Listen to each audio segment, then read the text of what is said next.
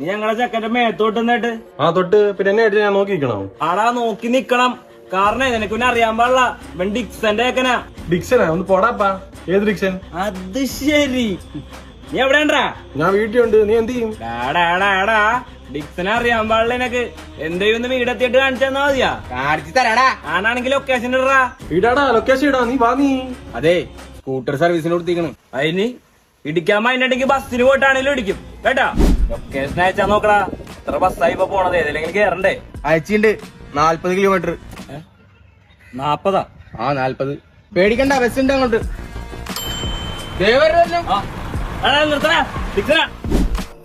ബസ്സിൽ കുറച്ച് ഓട്ടം ഉണ്ടായല്ലേ?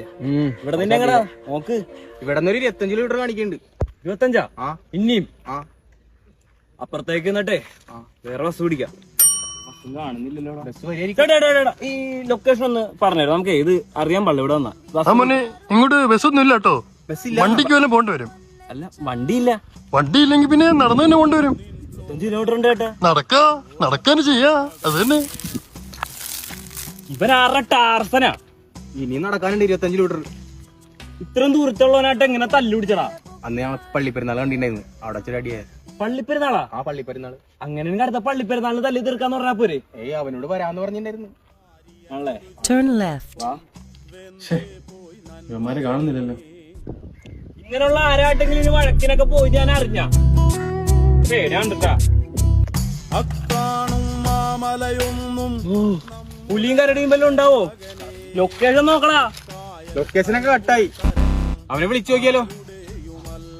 കപ്പലയുടെ അവിടെ ഉണ്ടെന്ന് പറ. ഹലോ, ഞങ്ങളിത് കപ്പലോടെ എത്തി.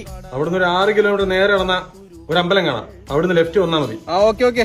വീട്ടിൽ തന്നെ നിക്കട്ടെ നീ.